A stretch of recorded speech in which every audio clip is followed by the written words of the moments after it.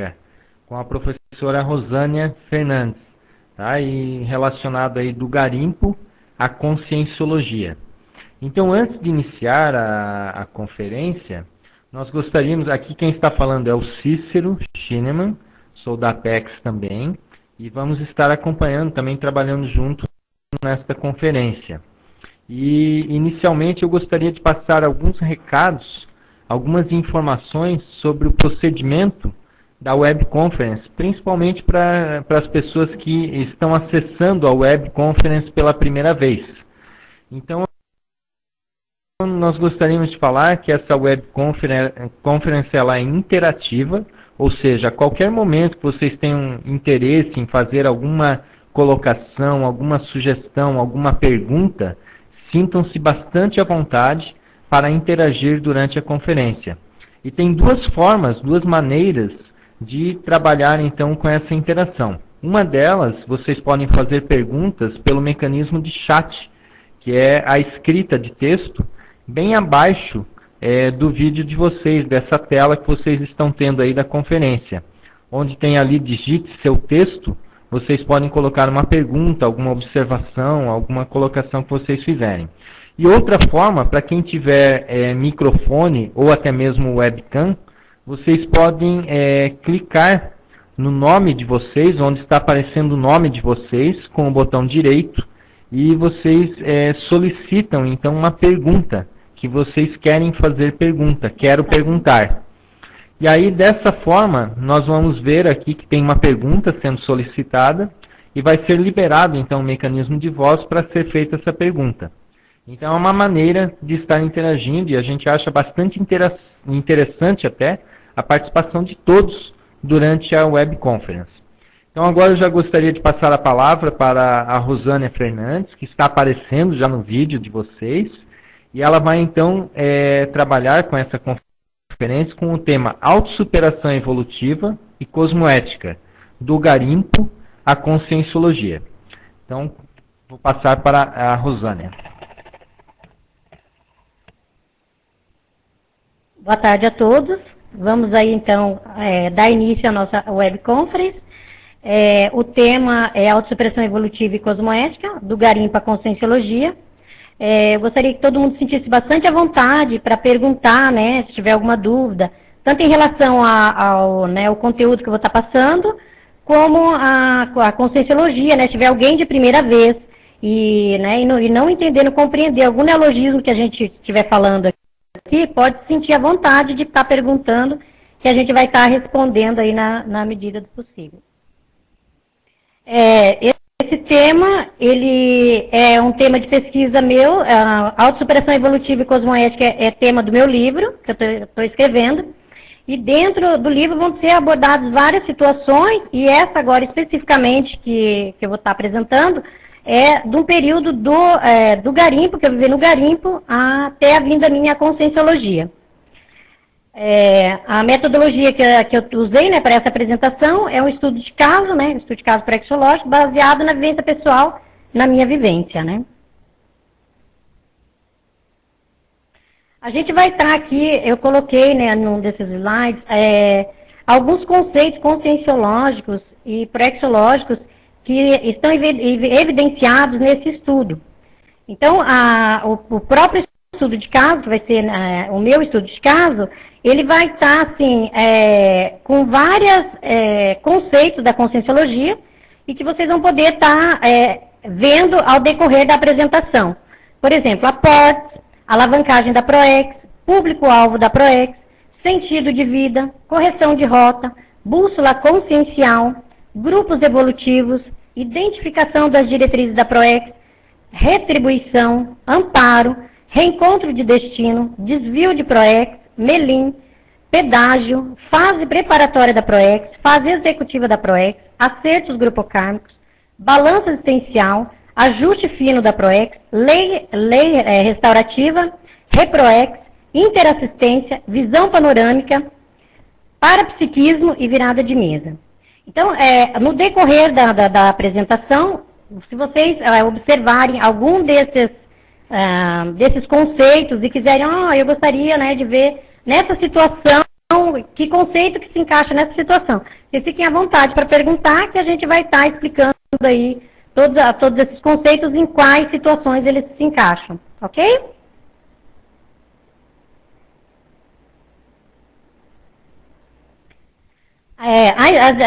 Eu coloquei algumas especialidades, né, que estão relacionadas a esse assunto. Tem outras mais, mas eu achei assim que essas especialidades, elas estão diretamente mais ligadas com esse estudo, com essa temática. É a assistenciologia, a conscienciometria, a consciencioterapia, a cosmoeticologia, a experimentologia, a conviviologia, a ressexologia, o paradireitologia, a proexologia e a policarmalogia. Então, essas especialidades, elas são, né, especialidades da conscienciologia. Tem mais, foi lançada 70, o professor Valdo Vieira lançou 70 especialidades, mas hoje nós já temos muito mais, eu não tenho agora a quantidade exata de especialidades. E dentre essas 70 especialidades, eu vi que tinha mais relação essas que eu coloquei no slide. Bom, a definição de autossuperação evolutiva e cosmoética. Autossuperação evolutiva e cosmoética é o ato ou efeito da consciência superar seus trafares, situações adversas e cenários evolutivos, baseando no código pessoal de cosmoética com foco na evolução. O que seria? A pessoa, né, ela está no processo evolutivo aqui, né, intrafísico, e ela está tirando partido de todas as situações para estar se superando e com foco na evolução. Então, por exemplo, tirar partido dos cenários evolutivos onde ela convive, tirar partido das superações, das dificuldades, das facilidades. Então, ela saber aproveitar, né, o momento evolutivo que a gente tem aqui na vida intrafísica para poder estar alavancando a nossa evolução. Baseado, então, no código pessoal de cosmoética de cada um, né? E a pessoa procurar estar tirando o maior partido da sua autossuperação. Aqui eu coloquei um gráfico, né? O gráfico da consciência. Esse gráfico da consciência de um estudo que eu fiz no livro Conscienciograma, do professor Valdo Vieira.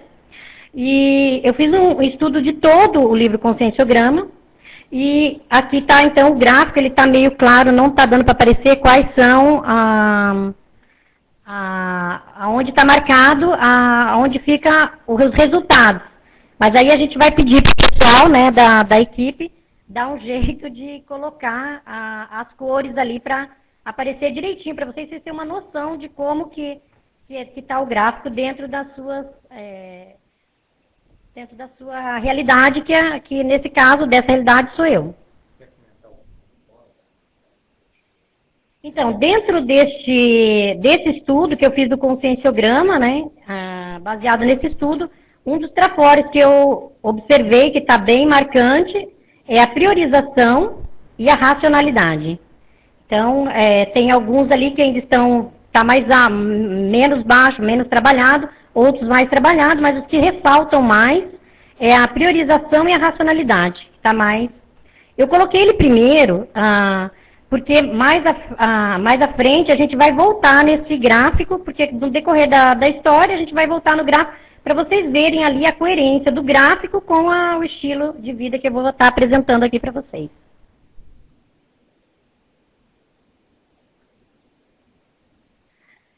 E eu coloquei também aqui uma definição de garimpo. O que seria o garimpo?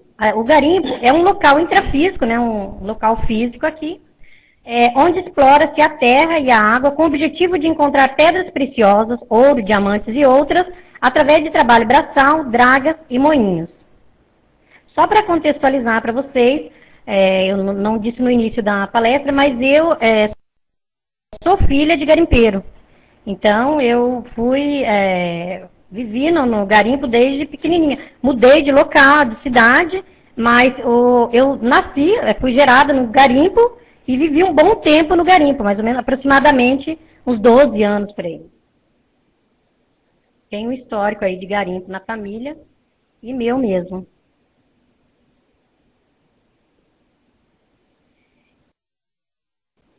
Então, eu vou passar aqui o perfil, qual é o perfil do garimpeiro. Então, eu não coloquei assim nosográfico, eu coloquei homeostático, eu coloquei o perfil que eu descrevi das pessoas que eu convivi no garimpo. O perfil do garimpeiro líder, que é a pessoa, né, que é o dono das terras e dragas, a pessoa que tem o dinheiro que ela investe para ter o garimpo e contratar pessoas para estar trabalhando para tirar o ouro. Qual o perfil que eu vi? Autoritário, belicista, frio, promíscuo, festeiro, irresponsável, ambicioso, explorador, corrupto, político, falso, traidor, processo de liderança, força, aglutinador, nomadismo, desbravador, falta de consciência ecológica, desapegado, tendência ao isolamento e determinação. Então, esse aqui é um estudo que eu fiz, né, baseado nas convivências que eu tive com pessoas que trabalhavam no garimpo, né. Qual que é o perfil do garimpeiro, assim, das pessoas que trabalham na terra, que prestam serviço, né, para os donos de dragas? Os peões. Eles são ambiciosos, também bélicos, andarilhos, tem um processo de escravidão, festeiro também, promíscuo, desbravador, curioso, antissocial, corajoso, risco maníaco, frio, processo de interiorose, distante, tendência ao isolamento, força, baixo nível de intelectualidade, falta de inteligência evolutiva, trabalhador e determinado. Qual que é o lopensene predominante no garimpo? Que a gente, né, vê como... Opa, deu uma corrida aqui no tempo. Acelerou o meu tempo aqui. Qual que é o lopensene predominante no garimpo? É a ambição, o belicismo e baratrosférico, né? A baratrosfera. Quais os riscos, né? Assim, o professor Cícero está aqui perguntando para a gente explicar o que seria, então, a baratrosfera. É um lugar, né, onde as energias são mais densas e predomina mais a questão, assim, da psicossomática, do umbigão, e a predominância também, assim, com mais coisas anticosmoéticas, não mais elevada, assim, para o lado da cosmoética, que a cosmoética é a condição da ética do cosmos. Então, nesses locais, geralmente, predomina-se mais esse padrão mais denso, pesado, ok?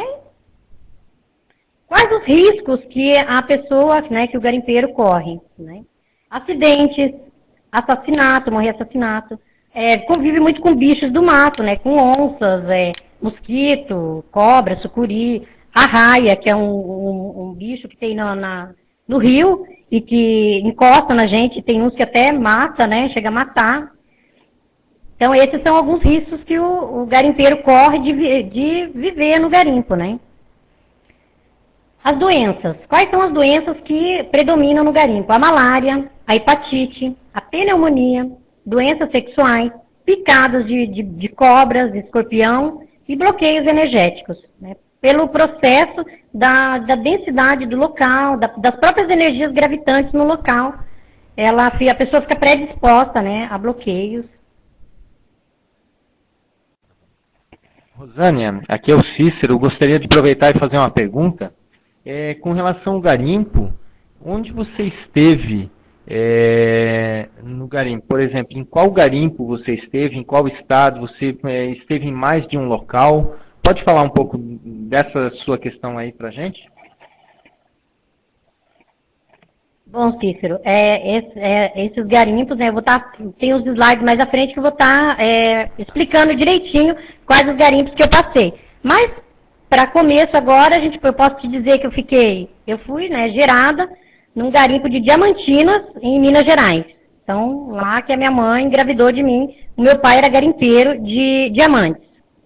Depois, eu passei um período no Paraná, né, nasci em Palotina, aí fiquei um bom tempo em Curitiba, e aí meu pai mudou-se para o Mato Grosso do Norte. Na realidade, a vontade dele era ir para Rondônia para trabalhar em garimpo também. Mas aí, por um processo de parentes que a gente tinha no Mato Grosso, ele resolveu ir para o Mato Grosso.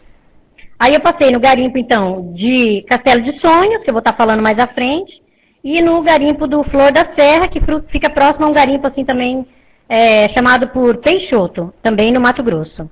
Tá ok? E mais à frente eu vou estar daí detalhando bem direitinho todo esse processo meu aí dentro do garimpo. Se tiver alguém que quiser fazer alguma pergunta, fique à vontade, tá? A gente vai falando aqui, seguindo os slides, mas vocês podem interromper e perguntar aí, se tiverem alguma dúvida. Eu fiz aqui uma seleção de quais seriam os divertimentos assim, dos garimpeiros, que eles moram, ficam praticamente isolados no mato, nas fazendas. Então lá não tem assim muita coisa assim, né, para a pessoa aproveitar de lazer. Então o que é feito lá no garimpo, que eles aproveitam nos horários que eles estão de folga, de divertimento? São, né, farras, bailes, touradas, né, que geralmente os garimpos são em fazendas, então tem tourada. Tiro ao alvo, né, que eles ficam lá fazendo tiro ao alvo, né, para treinar a questão de tiro mesmo, né. Vão para cabaré ou bordel, eles usam muito bebidas alcoólicas, vícios, também matar, né, isso para muitas pessoas é um divertimento matar no garimpo. Jogos, disputas, né, caçar, pescar e contar piadas.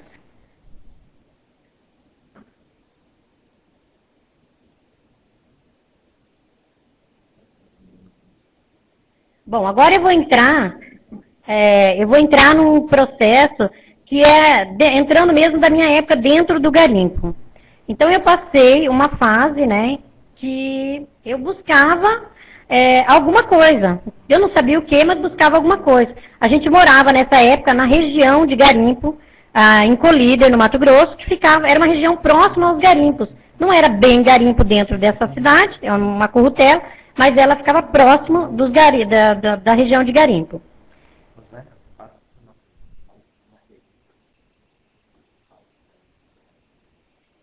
Bom, eu vou estar liberando agora, né, o microfone para perguntas, e aí a gente retorna aí no assunto aí da ida para o garimpo.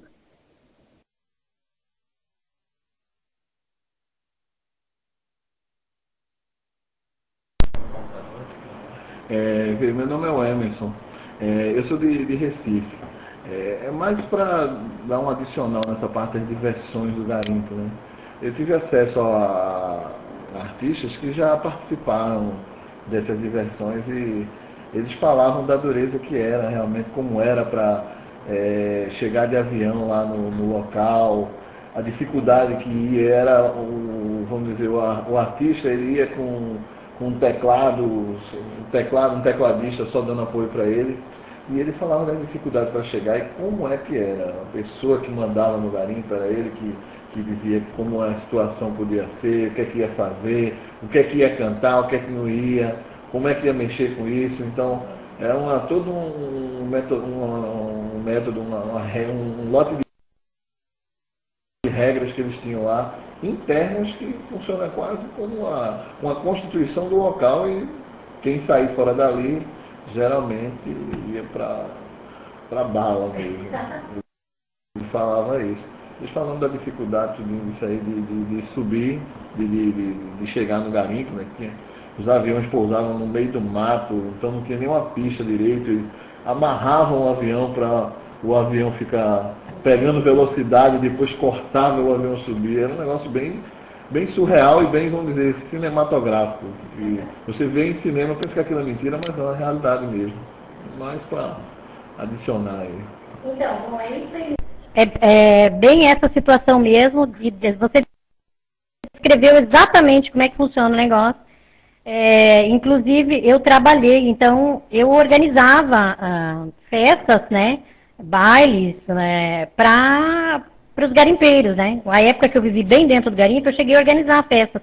E as coisas funcionam realmente exatamente do jeito que você falou. Então, a pessoa chega ali com teclado, uma bateria na mão, e as coisas acontecem, é tocado as músicas. Se quiserem que toque 500 vezes a mesma música, vai ser tocado 500 vezes a mesma música. Eu sei uma música quase de cor do Castelo de Sonhos, porque assim, os garimpeiros, eles dizem, não, eu pago o preço que for para tocar, repetir essa música quantas vezes for. Então, o cara, a pessoa que ia tocar, ela ganhava, eles jogavam ouro na mesa, olha, tá aqui, X de ouro, você vai tocar só essa música. A pessoa tocava. E você foi assim em cima do... Você descreveu direitinho como é que é a situação, é bem assim mesmo.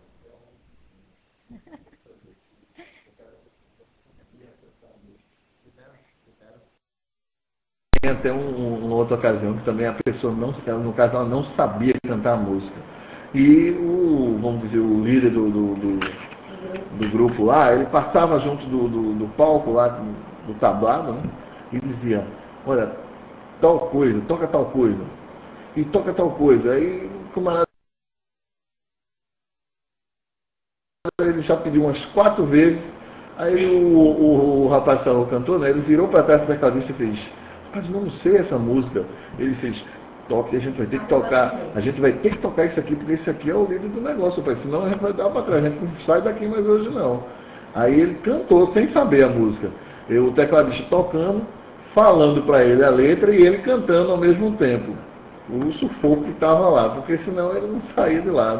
Porque já era a 4ª vez que o cara estava pedindo e o cara já estava cada vez mais bêbado pedindo a música, então ele tinha que cantar aquilo ali, então não saía. Realmente é assim mesmo, é certinho, você descreve bem certinho a situação, dessa maneira mesmo, eu vi isso, eu vivenciei isso e funciona desse jeito mesmo. E às vezes a pessoa decide que quer tocar só o refrão, porque o refrão lembra a saudade de alguém, de uma paixão, da família, ou de alguma aventura da pessoa, e ela pede para ficar repetindo aquele refrão ali o tempo todo. E a pessoa, o cantor, a pessoa que está lá, né, para animar os bailes da festa, acaba se submetendo a isso porque eles pagam, né? Ou então você não corre o risco de levar uma bala, né, perdida.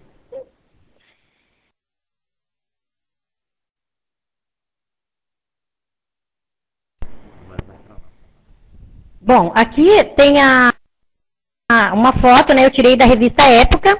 Se vocês quiserem, tem na internet, vocês podem digitar lá o nome da pessoa, né? Do seu Léo Reck. E vocês vão saber toda a história dele, conta tudinho a história de vida dele. Ele é um desbravador, né? O fundador do Castelo de Sonhos. Em 1970 ele foi para essa região do Pará, né?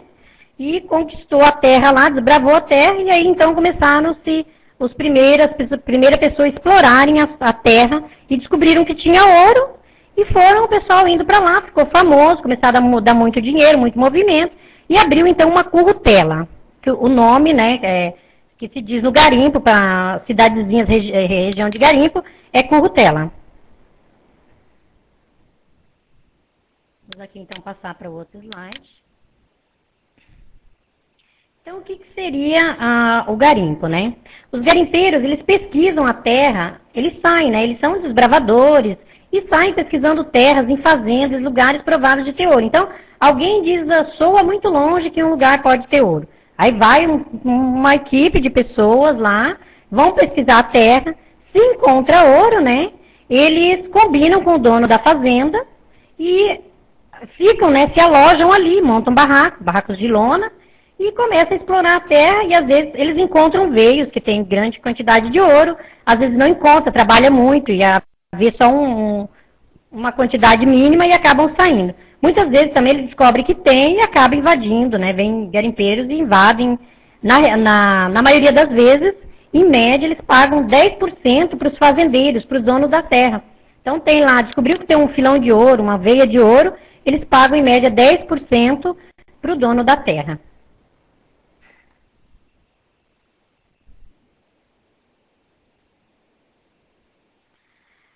Então, nós temos dois, pelo menos que eu convivi, né, que eu posso falar que foi que eu convivi, 2 tipos de garimpo. Então, o garimpo de draga, né, e o garimpo de filão. O garimpo de draga, ele trabalha com maquinário, né, de 2 motores, uma para mandar água, né, para extrair a terra, né, e depois ele acumula essa terra e vai acumulando a terra numa madeira, numa caixa de madeira. E depois os garimpeiros bateiam essa terra com água até separar o ouro da terra. Esse a gente fala como garimpo de draga.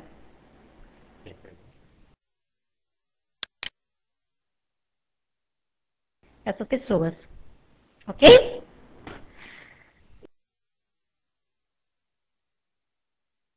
E, então, aí eu falei, bom, agora vamos para procurar trabalho, né? O que eu vou fazer aqui nesse lugar? Tinha que procurar trabalho. E eu fui buscar trabalho em um hotel. Não tinha dinheiro. Eu falei, bom, eu vou ter que trabalhar, né? Vamos lá. Pedi emprego num hotel. Eu disse, olha, eu fico no hotel aqui até eu arrumar um emprego. E vocês me dão lugar para dormir. Enquanto isso, eu vou procurando um emprego. Uma das minhas amigas foi tomar conta de um clube que tem até hoje, esse clube lá, um salão de festa, um salão onde vai os shows, acontecem os shows. Outra amiga minha foi trabalhar com o primo dela, num garimpo mais adentro, e assim se dividiu. E uma outra acabou, ela já namorava mesmo um dono de drag, e ela acabou ficando com ele, e eu fiquei nesse hotel. Eu trabalhei uma semana nesse hotel, enquanto isso eu procurava emprego em outro lugar. Passado alguns dias, a minha colega, né, uma delas, que foi cuidar desse salão, pediu se eu não podia poderia ajudar ela lá, né, nos dias de festa, a organizar as festas que tinham, os bailes que tinham. Eu disse que poderia, né, até que eu encontrasse algum outro trabalho que eu poderia. E numa dessas festas que a gente foi, que a gente organizou, que tinha, que nem o nosso amigo aqui do lado disse que o pessoal ia fazer show, foi um show lá e teve muita gente. E eu conheci uma senhora, agora ela é senhora, mas na época não era tão senhora, por nome de Rosa, uma italiana, chamada Rosa. E essa Rosa, peguei amizade com essa Rosa, ela disse, olha, eu trabalho no hospital ali do lado, aqui do lado, que era pouco, bem perto, e aí eu tô precisando de gente lá pra ficar comigo. Era então essa Rosa enfermeira e o médico que aparecia lá a cada 15 dias, e a Rosa cuidava do hospital lá, acho que aproximadamente, se não me falha a memória, uns 10, 15 leitos, sozinha, ela tinha uma menininha. Eu falei, então eu vou lá te ajudar. Mas eu não tinha noção nenhuma de enfermagem. Então eu disse, olha, o que eu posso fazer te ajudar é a limpar o hospital, fazer comida, né? É isso que eu posso te ajudar. Pelo menos, se você me der um quarto, eu fico lá te ajudando. E foi a melhor coisa que eu fiz, foi ir para esse hospital. Comecei lá, então, com toda dificuldade, que era tudo com motor, né? Não tinha luz direta, o motor apagava tantas horas e você ficava no escuro lá até amanhecer o dia. O hospital cheio de doente. E nesse período, para lavar roupa, a gente tinha que lavar roupa numa cachoeira, que chamava Rio Curuá, e esse Rio Curuá tinha uma cachoeira e a gente ia lavar roupa todo mundo lá, desse rio. E aquele rapaz que eu falei para vocês do aeroporto, ia muito no rio levar as irmãs deles para lavar roupa. E um belo dia, ele no hospital, ele disse, olha, eu levo as minhas irmãs, né, e se você quiser eu posso levar você, porque tinha que ir longe para lavar roupa. Eu disse, olha, eu agradeço se você me levar para lavar roupa. E eu comecei com amizade, então, com esse rapaz, que era o mesmo rapaz que eu tinha visto no aeroporto. E ele começou, então, a me acompanhar. Esse rapaz, ele, assim, você viu como, eu digo, um amparador intrafísico para mim, porque ele ficou, então, me acompanhando onde eu ia lavar roupa. Ele ficava comigo no hospital. E nesse processo de estar morando lá, a Rosa falou, olha, vamos começar, então, a me ajudar. Mas eu falei, mas eu não entendo nada de enfermagem. Ela disse, não, vamos trabalhar, eu vou te ensinando, você vai trabalhando. Então começou assim, cada um que eu via sanguentado, atirado, esfaqueado, mordido de cobre e tudo, eu comecei a desmaiar no começo, mas aí eu comecei a pensar, bom, eu tô mais sadia que os outros, e quando eu vi que não dava para desmaiar, que eu tinha que ajudar, que era muita gente, né, morrendo, ensanguentada e tudo, falei, bom, vamos ajudar. E aprendi então, meio que na marra, a trabalhar na enfermagem. Essa Rosa aí me deu o maior suporte. E eu fiz esse trabalho, então, de enfermeira. Aí, hora ela ficava, hora eu ficava. Hora ela ficava, hora eu ficava. E esse rapaz, que foi depois do meu marido, ele me acompanhava, então ele ficava no hospital comigo, ele me levava, ele ia buscar gente.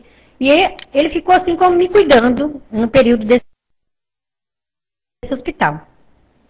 Depois disso, né, eu arrumei, então, continuei ajudando no clube, né, lá onde tinha o salão. Eu ajudava final de semana no clube e ajudava no hospital, as duas tarefas ao mesmo tempo. Eu gostaria de saber se tem alguém que quer fazer alguma pergunta, porque eu começo a falar e não parei mais. Gostaria de saber se tem alguém que tem alguma dúvida, alguma pergunta em relação até aqui.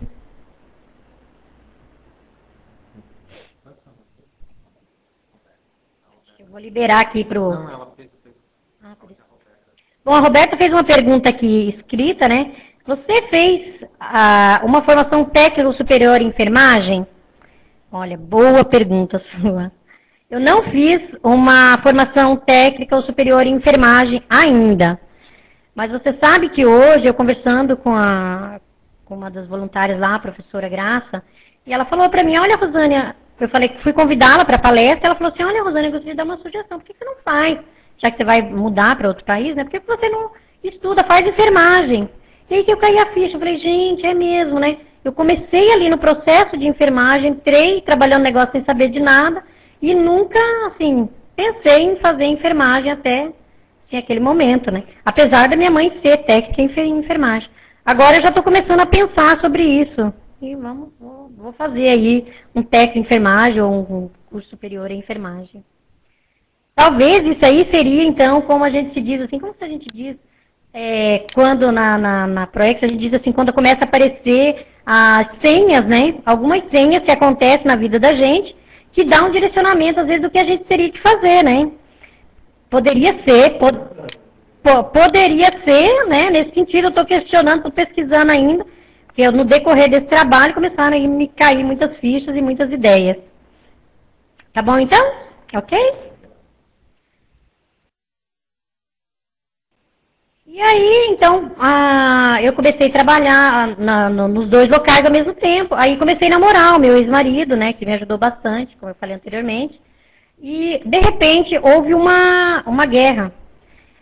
Teve um massacre muito grande. Eu estava nesse massacre na época. E o meu ex-marido tinha ido para uma fazenda levar uns mantimentos para as dragas deles, porque a família dele toda tinha garimpo na época. Ganhavam super bem. E ele tinha ido levar uns mantimentos. E houve uma invasão de um rapaz, aproximadamente 25 anos, ele já é dessomado. E ele se vestiu de Rambo, pegou uma equipe de pessoas, vestiram toda de exército, invadiram o garimpo com metralhadoras e revólveres, armas.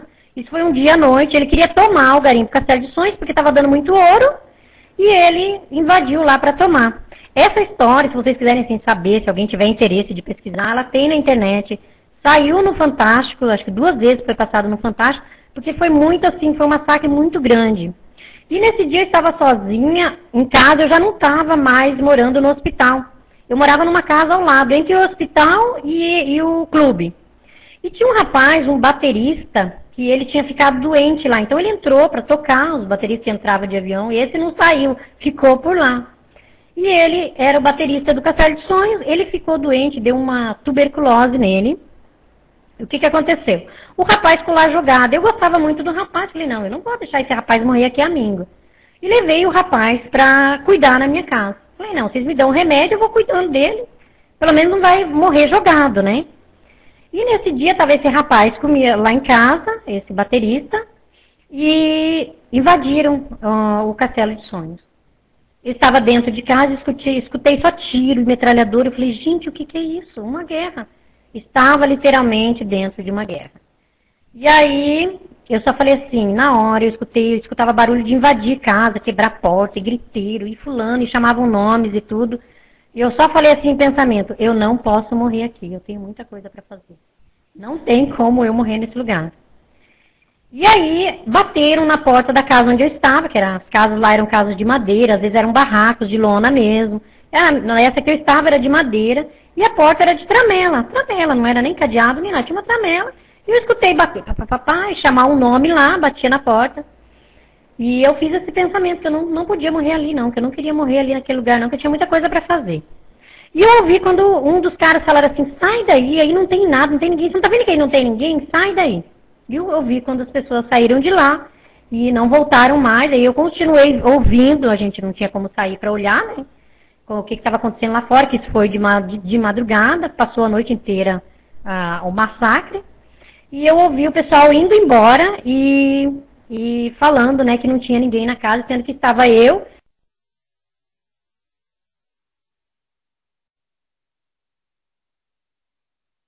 Tinha uma outra amiga minha e esse baterista que estava lá doente. Então foi isso, que é essa parte que aconteceu aí dentro desse momento. Esse Rambo, né, o nome dele era Marcos, ele morreu com o nome de Rambo, ele para matar, né? Como não tinha encontrado ali, estava amanhecendo o dia, eles foram embora, cessou tudo. E aí começou o pessoal, amanheceu o dia, todo mundo chamar para quem estava vivo para fugir, ir embora, desaparecer. Sobraram, ó, vambora, e vai sair dali. Como que ia sair dali do garimpo? Não tinha, né, naquela hora, avião. Bom, tem uma pergunta aqui, vamos responder aqui a pergunta. É um convidado da PEX, né, que está aqui na sala, que pergunta: você se deu conta que em todo o seu percurso você teve assistência? Sim, eu me dei conta, sim. Eu me dei conta que em todo esse percurso eu tinha assistência, eu tinha uma confiança muito grande, assim, interna, que nada ia acontecer comigo ali, eu tinha essa convicção que nada ia acontecer. Eu tinha uma convicção, assim, de amparo mesmo, que eu estava bem amparada, e, assim, mais o que me dava mais era essa certeza, pela conduta que eu tinha. Então, como eu tinha uma conduta, assim, né, dentro do que eu entendia que seria um cosmoético, eu pensava, bom, eu tenho mais a que confiar, porque eu não estou fazendo nada de errado, eu não me envolvi com droga, não me envolvi com processo de prostituição. Ao contrário, estava mexendo com assistência. E então eu tinha isso me dava uma autoconfiança muito grande e eu tinha certeza que eu estava ali bem amparada. Bom, tem mais uma outra pergunta aqui, que é da Lúcia de Porto Alegre. Rosânia, uma vez que você foi lá para trabalhar no garimpo, por que foi procurar trabalho fora e não como garimpeira? Acho que eu me distraí no momento que você explicou. Bom, lá corria-se o boato, né, que era próximo onde eu morava, que todas as pessoas que arrumavam, eu não conhecia lá como era, né? E todos eles vinham do garimpo e corria o boato assim, todas as pessoas que trabalhavam lá ganhavam muito bem. Não necessariamente precisava, né, a pessoa ir para garimpar lá dentro, mexer com as bateias e dragas, etc e tal, que é serviço muito pesado, né? Tem até mulheres que fazem, mas é um serviço muito pesado. E o que me incentivou mesmo era, primeiro, porque eu achava que tinha que fazer alguma coisa, eu ia sair para procurar o que eu tinha que fazer. Esse foi um dos fatores que era procurar um sentido para a minha vida. E o segundo também, que eu pensei, bom, eu vou trabalhar num lugar que vou ganhar muito mais, posso, né, me informaram que tinham lojas para lá, que tinha várias coisas. E se vocês verem no slide anterior, que está o seu Léo, tem ali uma fileira que tem algumas lojinhas. Era uma corrutela que tinha uma rua, na realidade 2 ruas. Uma que passava a estrada e a outra que cortava. E ali tinha algumas lojas que comprava ouro, tinha uma rádio, né, que era uma transmissão de rádio, que a gente só falava por rádio, através de rádio. E a minha esperança era de arrumar um emprego mesmo e tocar a minha vida. Foi mais nesse sentido. Bom, tem mais uma outra pergunta aqui de um convidado que está aqui na sala com a gente. O Vasco é de Portugal, está aqui assistindo a conferência. Gostaria que você esclarecesse o que é barraco de despesca e o significado de porroncas. O que acontecia ao mercúrio depois de ser usado? Bom, o barraco de despesca é um local, né, coberto, muitas vezes coberto de lona. Tem aí uma foto aí que está no slides, né? Isso aí é um barraco de despesca. É onde vai as pedras, né, que são tiradas do fundo da terra, abaixo, 100 metros abaixo da terra, chega a ser 100 metros abaixo da terra. Essas pedras são retiradas do fundo da terra e vai para esse barraco, que se chama barraco de despesca, que é onde a despesca significa tirar do buraco e levar para algum lugar para ser trabalhado o ouro. A outra pergunta, o que significa porroncas, são lugares que a pessoa usa para deitar, né, para dormir, que é assim, seria rede ou umas camas que se chamam de tarimba, que é feita com pau, né, com toco de árvores e umas madeirinhas e joga ali uma coberta, alguma coisa e deita em cima. Esse seria então o significado. Eu coloquei porroncas porque são os termos que os garimpeiros usam, né, porronca, boroca, despesca, então eu usei bem o jeito que eles falam. O que acontecia ao mercúrio depois de ser usado? Esse aqui é um questionamento muito sério. Isso aqui acaba com a natureza. Eu era assim, prejudica muito a saúde, eu ficava muito preocupada com isso, porque eles jogam na água, ou fica espalhado por lá, não tem assim uma que nem dá para usar, que é um veneno aquilo lá, né? Ele prejudica totalmente o meio ambiente e a saúde. E ou jogava na água, ou ficava jogado na terra, não se tinha uma preocupação de nenhum senso assim de que poderia prejudicar, ou, até sabia que poderia prejudicar, mas ninguém não pensava no que fazer com aquilo ali, e ficava assim jogado mesmo. Sim, os próprios garimpeiros ficavam sujeitos a toda essa contaminação, né? Então, não há uma preocupação em relação ao mercúrio, né? Eles nem pensam sobre essa situação, apesar de que muitos deles sabem os danos que causam essa... Bom, tem uma outra pergunta aqui do Valdson Dias. Rosânia, em primeiro lugar, parabéns por sua palestra. Conheço você há algum tempo e realmente não sabia dessa história. E pelo fato de conhecer você, sei que uma de suas características é o bom humor. Diante de tudo que você viveu, como conseguiu e consegue manter o bom humor? Abraços, grandes energias e sigamos adelante. Isso mesmo, sigamos adelante. Eu sempre tive bom humor desde pequenininha, né? Então, mesmo dentro de casa, que já dentro da minha casa já era muito conflituoso, já havia todo um contexto bélico dentro de casa. E mesmo assim eu mantinha um bom humor. Eu acho que é um trabalho que eu devo ter desenvolvido há muitas vidas e que eu tenho certeza que isso é que me safa, assim, de um monte de situações, assim, de conflitos, de desentendimentos. Então, dificilmente eu entro em desentendimento ou situações de conflito. E esse bom humor meu, eu vejo que ele desarma esse tipo de situação em qualquer lugar e contexto que eu esteja. É um trafora aí que eu já reconheço que eu tenho mesmo. E mesmo assim, em momentos que eu fiquei doente, que no garimpo, né, eu peguei malária, que lá é muito difícil, que não pega malária, por causa dos mosquitos e o lugar muito precário. Então, mesmo quando eu estava com malária, ou que eu estava cuidando de muita gente, ou qualquer situação que eu passasse, eu sempre mantinha o bom humor e eu tinha uma preocupação muito grande, na realidade, assim, eu tenho hoje ainda essa preocupação, mas principalmente quando eu estava no garimpo, em cuidar das pessoas, né? Então eu via que eu estava numa situação assim, que se eu tinha algum jeito de cuidar, eu me preocupava realmente assim com o outro, e o hospital lá onde eu trabalhei me reforçou muito mais esse traço meu aí de assistência com o outro, e o bom humor que ajudava, né, que a pessoa estava lá toda irritada, eu sempre estava no bom humor, por mais pior que eu tivesse, a minha situação era de bom humor, e eu me safei de muitas situações de risco com o meu bom humor, assim, às vezes a pessoa está totalmente alterada, e uma vez eu fui assim, vi uma arma na minha cabeça, e foi o bom humor e a minha tranquilidade que me fez sair com vida da situação. Vou aproveitar e contar para vocês rapidinho, porque tem uma outra pergunta aqui, mas eu acho interessante destacar aqui, contextualizar essa situação. Eu estava no clube, né, que eu organizava as festas lá, e no final da festa eu ficava para arrumar tudo, e o meu ex-marido, que na época, né, era meu namorado, ele saiu e falou assim, olha, eu vou deixar o Maguila, que era um cachorro que a gente tinha muito, um fila, ficar te cuidando aqui. Eu falei, tá bom, acabou a festa, todo mundo foi deitar, era de madrugada. E ficou um rapaz, né, que não vou citar o nome, porque o rapaz já é dessomado, a gente vai evitar aqui algumas evocações aí para ajudar no contexto da pessoa.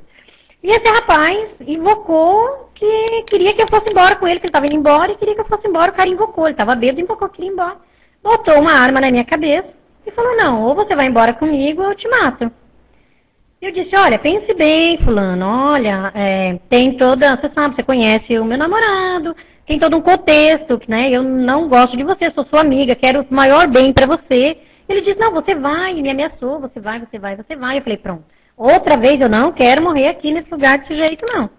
E me veio nesse dia todo um cenário assim na minha cabeça, na hora, eu de frente com o cara, só tava eu, o cara e o cachorro, e me veio toda eu não sei se eu posso dizer retrocognição, eu não sei se eu posso usar esse termo, mas uma lembrança de que eu havia morrido em algum momento daquela maneira. E eu me posicionei e disse que eu não vou morrer dessa maneira mais. E aí comecei a levar para o bom humor, né?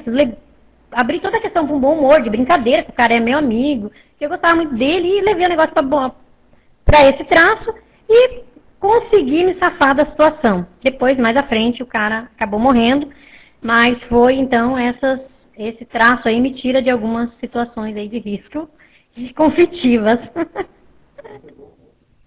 Bota bom humor nisso, né? Haja bom humor.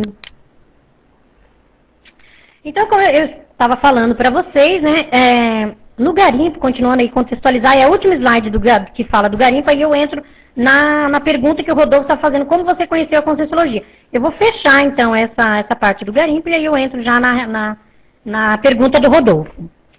Então, todo garimpo, né, ele tem lá, as pessoas entram lá, tem a currutela, mas tem lá mais abaixo, que são lugares que eles trabalham e fazem mesmo o trabalho de extrair a terra.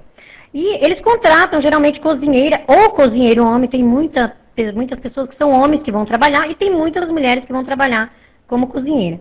Elas cuidam, então, da roupa dos garimpeiros, que eles pagam daí. Quem não lava vai pagar em gramas de ouros para a cozinheira cuidar da roupa deles, lavar e passar. E ela ganha aproximadamente 10 gramas de ouro por mês e mora no garimpo. Ela fica ali meio que cuidando do povo no sentido de comida, roupa. E se torna muitas vezes assim amiga do pessoal dali. No meu caso, eu cheguei a trabalhar de cozinheira, mas aí já era, não nesse garimpo, no garimpo Flor da Serra. Depois eu casei, né? Saí de lá, saí do Castelo de Sonho, casei e fui morar no Flor da Serra. E trabalhava eu e meu marido, e eu era cozinheira de um garimpo chamado Flor da Serra, de um amigo nosso da época. Alguém tem mais alguma pergunta em relação ao garimpo? Que agora eu vou passar para a parte da Conscienciologia, né? De como eu entrei na Conscienciologia. Se alguém tiver mais alguma pergunta, podemos seguir adelante? Então, eu vivi uma boa parte depois que eu saí do castelo, né? Eu me casei, tive filhos, tive 2 filhos. E a gente ficou mais ou menos aproximadamente uns 8 anos morando numa região que chamava-se Flor da Serra. E nessa região eu trabalhei, né? Aí trabalhei de cozinheira no primeiro momento. Aí depois trabalhei num centro telefônico. Aí depois comecei também, na minha própria casa, como não tinha hospital, eu comecei também. Todo mundo que ficava doente, que tinha alguma coisa, que tinha malária, ia pra minha casa. Não, a Rosânia foi enfermeira. Na época, Rosinha, que eles me chamavam, né? Todo mundo me conhecia como Rosinha. A Rosinha foi enfermeira lá no Castelo de Sonhos. Vai pra casa dela que ela te ajuda lá. Então o pessoal ia e ficava lá. Soro, pra sala, pro quarto. E eu cuidava. E esse pessoal, a minha família, a família do meu marido, me ajudava muito. No sentido que eles sempre abriam a casa pra estar ajudando mesmo essas pessoas que estavam lá nesse local e precisavam de atendimento lá, de soro, remédio, injeção. E aí eu fazia essa parte aí e trabalhava em outros lugares fora. Eu trabalhei então, dentro desse período em que eu estava casada, nós tocamos num restaurante, uma lanchonete. Depois eu trabalhei, que eu já falei que era num centro telefônico, que foi um primeiro que apareceu lá, que ajudava muito o pessoal do garimpo, que ficavam longe das famílias. A maioria vem do Nordeste, do Maranhão. Então, os homens e as mulheres que vão para lá, os filhos que fogem de casa, ficam totalmente sem falar com a família se não tem. E esse posto telefônico ajudou muito nesse sentido, porque aí o pessoal ia final de semana para contactar com as suas famílias, e eu que fazia essa ponte aí de telefone com o pessoal entre o garimpo e as suas famílias. Eu não tinha nem pensado nisso, que eu fazia essa ponte, agora que está me caindo a ficha. E fazia em paralelo atendimento, né, em casa, que não tinha hospital, a pessoas que precisavam de medicamento e de injeção, essas coisas. E quem precisava, assim, estava muito mal, precisava ir para outra cidade, o meu ex-marido fazia esse trabalho de levar. Então, ele foi taxista, e mesmo quando ele não era taxista, ele levava o pessoal todo para uma cidade maior para ser tratada.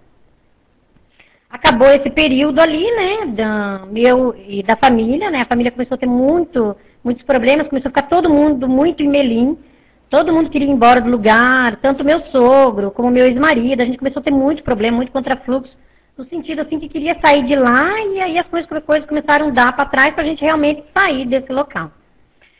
E o meu ex-marido morou aqui em Foz do Iguaçu, no Paraná, e uma das ideias deles era voltar para o Paraná.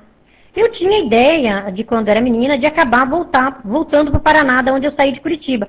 Mas eu não pensava em vir para Foz do Iguaçu, nem me caía na ideia de vir para Foz do Iguaçu, mas eu pensava assim, quando eu tiver melhor de situação, eu vou morar em Curitiba, que foi da onde eu havia vindo antes, de menina. E viemos aí, o meu marido veio primeiro, com toda a família, e os meus 2 filhos vieram para o Foz do Iguaçu, voltaram para Foz do Iguaçu, deixaram lá nossas coisas que nós tínhamos, terra, casa, e enfim, deixamos alguns parentes, e viemos para Foz do Iguaçu. Meu ex-marido e a família veio primeiro, e eu acabei vindo depois, que eu tinha todo um fechamento de trabalho, e a minha família lá em Colíder, depois eu acabei vindo sozinha. Alguém quer fazer mais alguma pergunta em relação a... Não, acho que não tem nada, né? Chegando aqui em Foz do Iguaçu, no dia que eu cheguei em Foz do Iguaçu, eu cheguei de ônibus, foi no dia 10 de julho de 1995.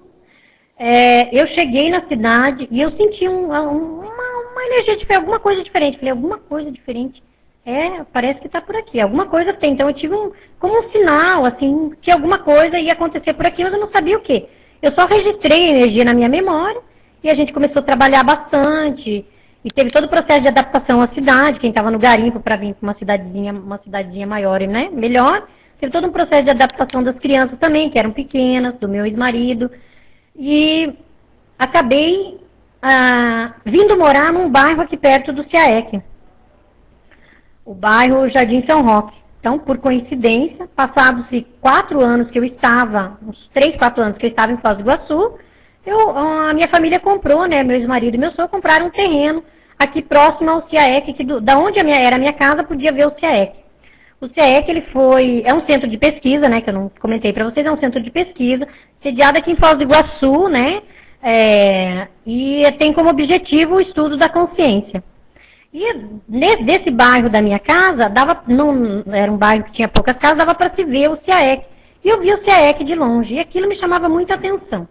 Eu continuei o processo de trabalho, muita dificuldade financeira que a gente passou no primeiro momento aqui, até que um dia, uma vizinha, né, minha, de bairro lá, falou, olha, Rosinha, na época todo mundo me conhecia como Rosinha, tem um emprego lá onde eu trabalho. E eu disse, dona Lúcia, é mesmo, tem um emprego lá? Ela disse, se você quiser, é um emprego de cozinheira, ajudante, você vai me ajudar na cozinha lá no CIAEC. E eu disse, ok, eu topo a parada, né? Eu gostava muito dessa senhora. Essa senhora, ela trabalhou 10 anos e poucos na cozinha do CIAEC. O pessoal gosta demais dela. O professor Valdo, a Graça, todo o pessoal, os voluntários que moravam ali, tinham grande admiração por essa senhora, por nome de Dona Lúcia. Ela era cozinheira do CIAEC. Na realidade, ela tinha avisado a minha cunhada, que já havia trabalhado no CIAEC.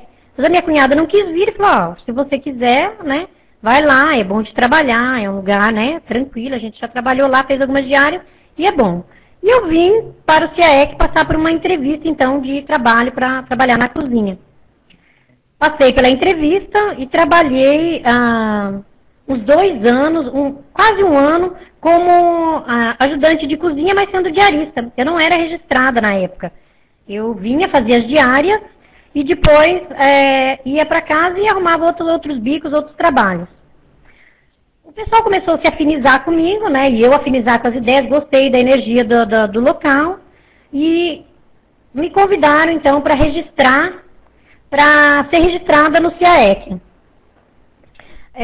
Eu aceitei, né, a ideia, aí então eu já começava a ler os folders, eu já começava a ver e fazer algumas perguntas para alguns voluntários, eu comecei a fazer amizade, e eu comecei a falar, gente, tem alguma coisa aqui, nesse lugar, que tem a ver com o que eu sempre buscava, mas também não era claro para mim, eu sentia energia, sabia que tinha alguma coisa ali, mas eu ainda não sabia o que como é que eu ia me encaixar ali dentro, mas eu falei, bom, o primeiro passo é eu me manter aqui até eu ver como é que vai funcionar aqui o meu processo de trabalho aqui dentro.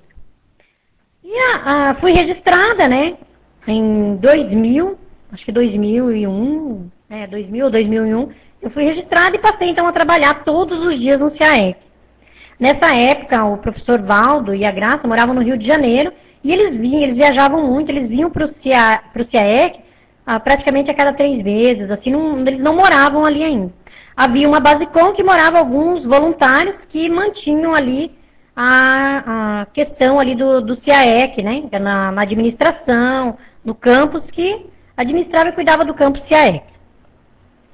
E um certo momento, Eu comecei a me questionar, gente, essas coisas que eu vejo por aqui, eu já vivenciei. Eu via, né, os folders de saída fora do corpo, eu via falar de multidimensionalidade, de parapsiquismo, eu ouvia tudo isso e falava, gente, mas isso eu vivenciei, eu tive essas vivências. Estão dizendo aqui que eu acabei de matar a pergunta de alguém aqui. E eu tinha todas essas vivências, mas eu não tinha nome. Então, a minha vida toda eu tive vivências parapsíquicas, tanto dentro do garimpo, quanto na infância, como toda a minha vida eu tive vivências parapsíquicas. Mas eu não entendia e não tinha assim, um conhecimento, amadurecimento de como trabalhar com isso. E eu comecei a verificar que dentro ali, né, dentro daquele estudo, se tinha essa prioridade assim, de discutir e falar abertamente sobre parapsiquismo. E aí eu falei, bom, eu acho que eu vou entrar nesses estudos que tem aqui. Na época, eu dizia que eram estudos, e comecei a conversar com o pessoal como é que fazia para entrar, para estudar o que o pessoal estudava. Aí o pessoal começaram a me dar algumas dicas, como é que fazia, explicar quais eram os primeiros cursos. Aí eu parava um, parava outro, perguntava, o pessoal parava, me explicava tudo direitinho. E eu tinha muita projeção, então os primeiros tempos que eu trabalhei no SEC, eu tinha projeção direto. Era uma coisa assim, uma atrás da outra, e aquilo acho que era para mais chamar a minha atenção no sentido de me fixar mais naquele local. Comecei a me afinizar com o grupo, né, a questão da afetividade, a gente começa a ter um afeto maior pelo grupo. Falei, bom, agora eu não vou querer mais sair daqui. Se um dia eu não trabalhar mais aqui, mas eu vou querer estar estudando essas ideias. E foi o que eu fiz. Pedi para a professora Graça, na época, a professora Graça Razeira, ela é a dupla, né, do professor Valdo Vieira, ela é escritora, escreveu o livro Hiperatividade, né, Hiperatividade Eficaz, e ela então me ajudou no primeiro curso, que foi o CIP. Eu conversei com ela muito querida, ia direto assim na cozinha, eu conversava com ela sobre as vivências, e ela falou, não, eu vou arrumar para você então um curso no CIP, vou conversar com o pessoal. Me deu um cartão, conversou, e eu não, vou fazer o curso sim. Fiz o primeiro CIP, foi em fevereiro de 2001, participei do primeiro CIP, e aí então eu falei, aí eu comecei a me achar, falei, não, é isso aqui.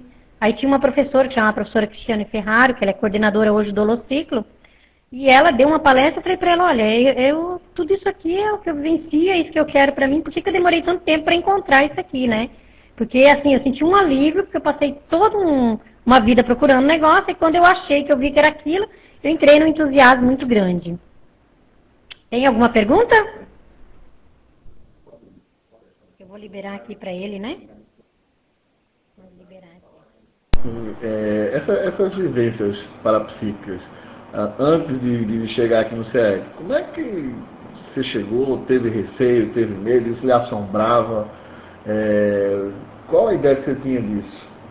Já que você tinha essas vivências parapsíquicas.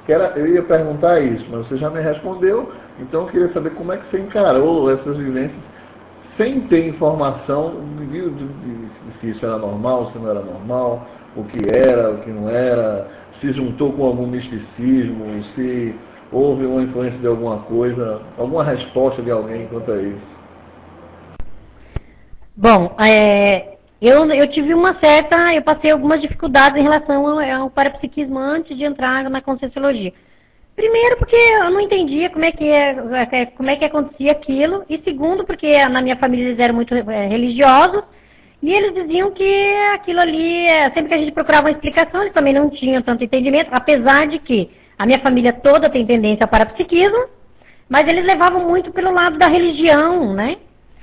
E quando eu ia tocar no assunto, eles levavam a conversa para o lado da religião, que era por Deus, que era por outra coisa, e era outro. E aquilo não satisfazia, mas não era, porque as minhas vivências, eu tinha convicção de que aquilo que acontecia comigo era real. Sair fora do corpo, eu estava saindo. Ver com sexo, eu estava vendo. Sentir energia negativa ou positiva, ou do lugar, ou pressentir alguma coisa, eu estava vivenciando aquilo lá. E dentro de casa, foi muito difícil eu trabalhar com isso. Uma certa vez, assim, eu cheguei a pensar que eles achavam que eu era minha doida, porque eu não dormia de noite. Eu chorava a noite inteira, porque eu via todas as consciências de noite, como a casa era muito conflituosa, havia muito conflito dentro de casa entre os pais, eu via as consciências que faziam todo aquele conflito. E aí eu não dormia de noite. todo mundo não via nada, você tá ficando doida, você tá perturbada, tem que te levar para não sei para onde. Mas eu estava vendo mesmo realmente o contexto em que eu vivia. E saía daquele contexto, eu ia dormir numa outra casa, eu não tinha nada. Dormia tranquila e sossegada. Chegava em casa, tinha parapsiquismo, mas daí era outras situações diferentes. Chegava em casa, era todo descontente. Então eu tive muita dificuldade com o parapsiquismo. Uma vez eu cheguei a bloquear meu parapsiquismo, de tanto assim me sentir diferente com a das outras pessoas.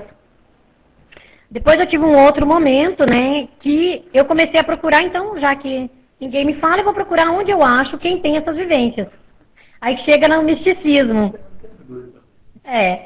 Aí comecei a entrar, fui no misticismo, né, procurei no misticismo ver se tinha alguma explicação. Eu cheguei a participar de alguns eventos, né, de centro espíritas, e de umbanda, de centro espírita, de passe, tudo eu entrava para ver se dava alguma explicação para as vivências parapsíquicas que eu tinha. Então eu chegava lá, quando eu via que não respondia tudo que eu queria, eu caía fora daquele lugar. Falava, não é aqui ainda o meu local, não é para mim isso aqui ainda. E passou esse período, logo quando eu comecei, que eu entrei no CIAEC, as vivências elas aumentaram, e eu comecei, então, a ter mais explicação, porque daí eu ia e perguntava para as pessoas, olha, eu tive isso, aquilo, tal projeção, e a pessoa começava a me explicar, me dar, como é que eu posso dizer, uma teoria para a minha prática. Porque na época eu não encontrava uma teoria que ia ser assim, que encaixasse dentro do que eu pensava. E aí aí eu me interessava pela ideia, por esse processo aí de estar recebendo a informação correta em relação às minhas vivências parapsíquicas. Mas mesmo assim, até chegar no nível de amadurecimento, eu tinha muito conflito em conviver com o parapsiquismo. Eu agora, depois, né, de estar participando de várias dinâmicas no CIAEC, fazer muitos cursos de campus, hoje eu tenho assim uma outra visão do parapsiquismo. Mas um bom tempo eu fiquei meio sem saber direito como é que trabalhava. Vou passar aqui que o pessoal tá... Então, passei da cozinha, né? Trabalhei aproximadamente 2 anos e 7 meses na cozinha. E passei da cozinha para recepção do CIAEC, porque houve uma transição da cooperativa, né? Que era na época a cooperativa dos colaboradores, e passou para a Associação Internacional. Os voluntários da cooperativa, dos colaboradores, foram para uma cidade no Espírito Santo, abriu um campus lá, por nome de Aracê. E aí todos os funcionários da época, né, que tinham, foram despedidos, e alguns foram recontratados, outros foram arrumar outro emprego, e houve uma oportunidade de eu continuar trabalhando no CIAEC, só que daí na recepção do CIAEC estava entrando um novo grupo, que assumiria então a associação, né, internacional, o CIAEC, e saiu o grupo anterior, que foram aí imigrar, trabalhar, os desbravadores da Aracê, né, que foram trabalhar na Aracê. Nós temos aqui 2 perguntas, né? Vamos ver aqui, a Lúcia de Porto Alegre, né? Ela está dizendo aqui, amiga, te parabenizo pela garra toda, pelo potencial, pela obra da autobiografia e pela palestra, e bela palestra. Abração e muito sucesso. Vou seguir seu exemplo. Obrigada. Terezinha Simão Albernaz, de Goiânia. Rosânia, você me fez lembrar aqueles momentos em que conversávamos. Parabéns. Tá bom, obrigada, Terezinha. Um abração para você, tá? Então, passei então a trabalhar na recepção do CIAEC, a investir mais então no processo de reciclagem, né? Comecei a aplicar a técnica da Resex, assisti os cursos, né, que tinham, os cursos, as palestras, investi bastante aí na questão da reciclagem, da Recim e da Resex, para poder estar podendo melhorar aí a questão do parapsiquismo, da assistência, ser mais técnica, profissional dentro desse aspecto aí.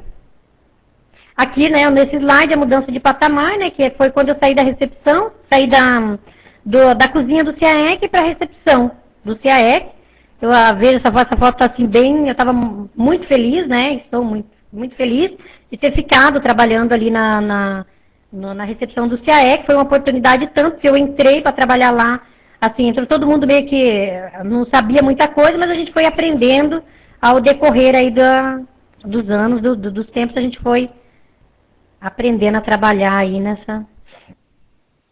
Eu também entrei, dentro dos meus investimentos, né, eu entrei no Holociclo e Holoteca, comecei a trabalhar no Holociclo e Holoteca, para poder estar trabalhando aí a questão do mental soma, assentando as energias, né, e fiquei 2 anos, praticamente 2 anos e alguns meses na Holoteca, e no Holociclo eu não fiquei menos tempo trabalhando no Holociclo, fazia fichamento, e isso me ajudou bastante no assentamento das energias, no processo emocional, no processo parapsíquico.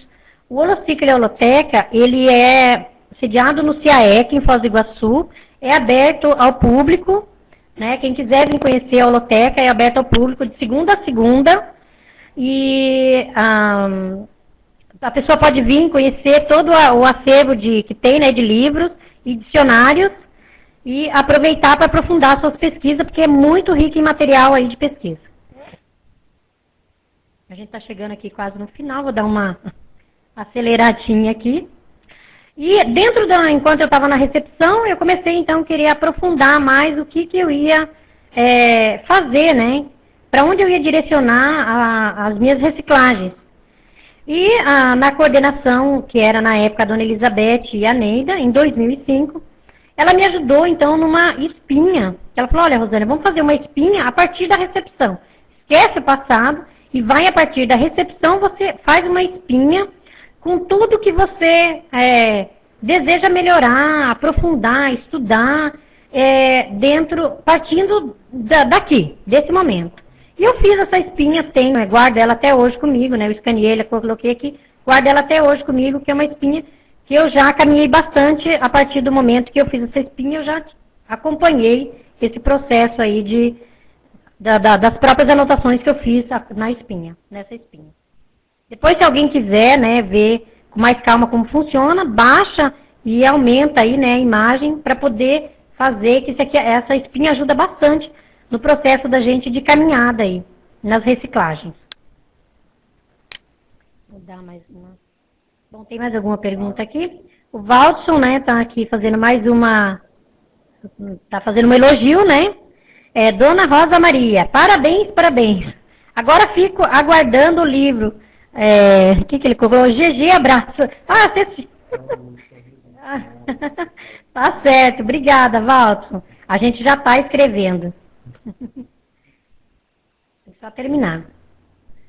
Eu gostaria, então, de fechar a palestra aqui, né, dizendo que um dos maiores aportes que a gente tem são as companhias evolutivas, né?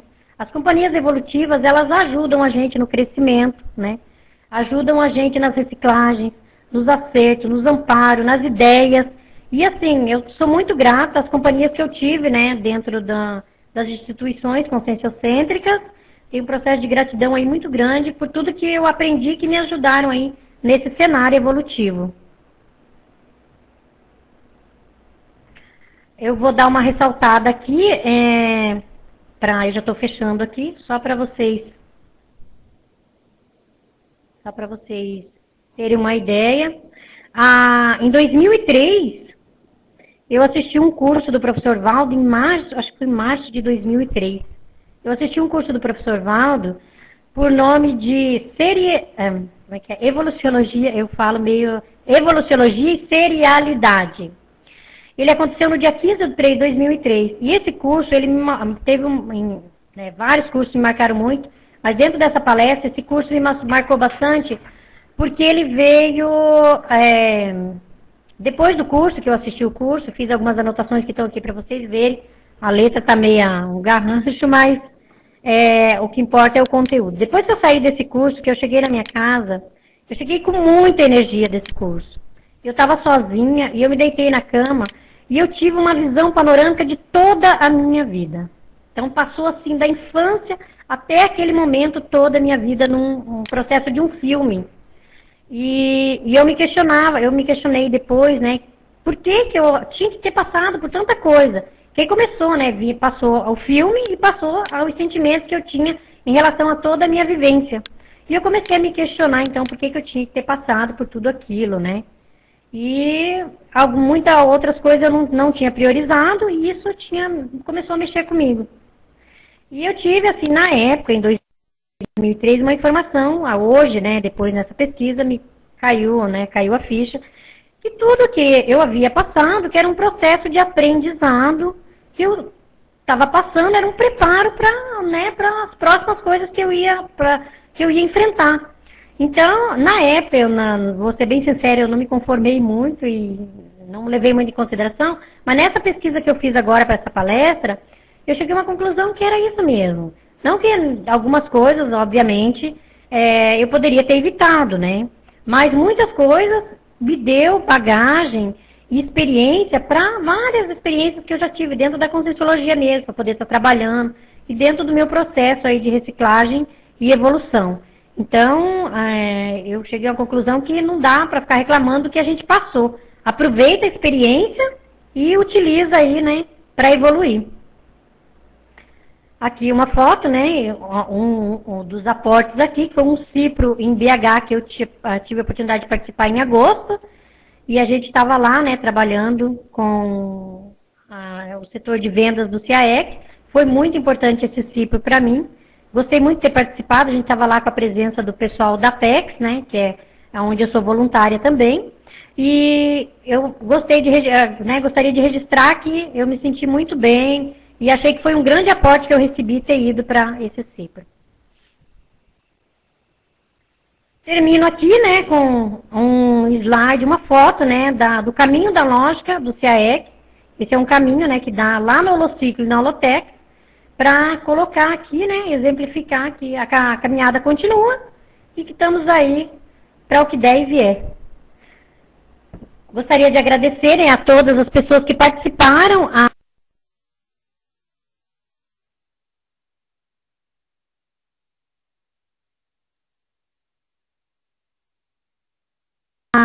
A essa web conference, o pessoal que está aqui, né, os convidados que estão aqui presentes, e também as pessoas que estão do outro lado lá, né, online.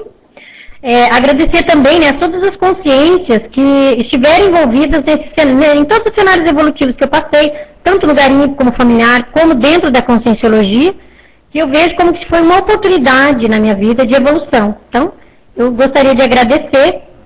Em breve, né, eu estou já em vista de um novo cenário, com uma nova etapa de superação, né, que eu estou com programação de ir para Portugal. Então, lá já está se formando um outro cenário, com novos desafios e novas superações para mim.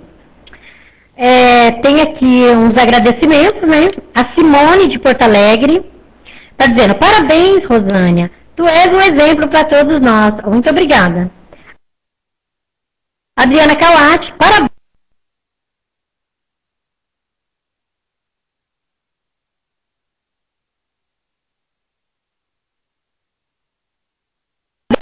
Ótimo, foi ótimo. Que exemplo. E o Vasco, né, meu colega aqui de Portugal. A Europa te espera. Muito obrigada pelo acolhimento aí da Europa. Quem mais aqui? Tem vários agradece, né? E o pessoal, quem quiser alguma, né, fazer alguma crítica, alguma observação, alguma colaboração para ajudar na pesquisa, eu vou passar o meu e-mail. Eu não coloquei no slide, mas eu vou passar para vocês o meu e-mail, e vocês podem estar aí contribuindo para ajudar dentro da pesquisa, assim como as perguntas que vieram, né, foram ajudar a contribuir.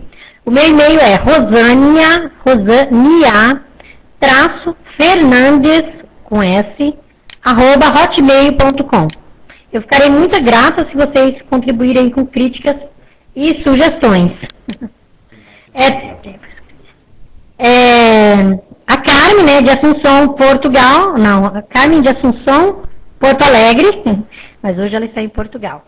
Ótima palestra, excelente exemplo de vida, parabéns. Obrigada, Carmen, para você também.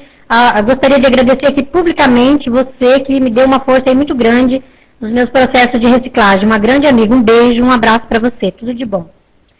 Mais um parabéns, Rosânia, aqui. Agora acho que já... Parabéns, parabéns. Muito obrigada a vocês. O meu e-mail está aqui, né, no site. Aí vocês podem estar mandando aí as suas contribuições. Vou passar agora para o Rodolfo, né, que vai estar fazendo algumas considerações finais. Agradeço a oportunidade, mais uma oportunidade, né? E obrigada e boa tarde a todos.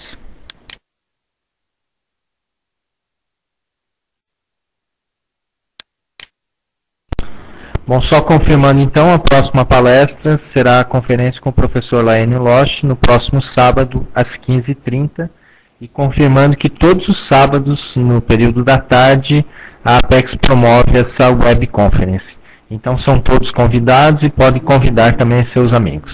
Um grande abraço a todos e um grande final de semana para todos.